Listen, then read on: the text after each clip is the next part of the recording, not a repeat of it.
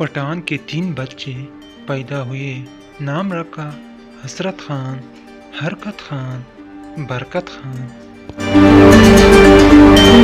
फिर 3 और बच्चे पैदा हुए। नाम रखा दरिया खान, समंदर खान, सैलाब खान। फिर 3 और बच्चे पैदा हुए। नाम रखा हिम्मत खान, हौसला खान, बर्दाश्त खान। फिर 3 और बच्चे पैदा हुए और इस बार बीवी ने नाम रखा बसकर खान, होशकर खान, रहमकर खान।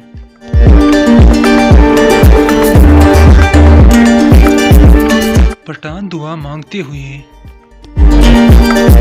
या रब तूने बचपन दिया वापस ले लिया,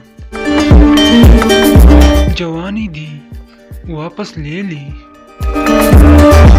पैसा दिया वापस ले लिया, बीवी दी देकर भूल ही गया।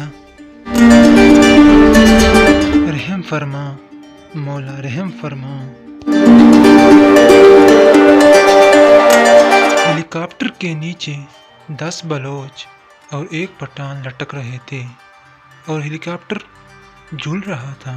चुनांचे पायलट ने ऐलान किया कि तुम में से किसी एक को कुर्बानी देनी होगी ताकि हेलीकॉप्टर पर वजन कम हो।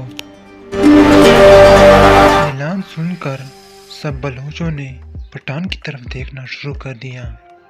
पठान बोला, ठीक है, तुम लोग मेरे लिए ताली बजाओ, मैं कुर्बानी देता हूँ।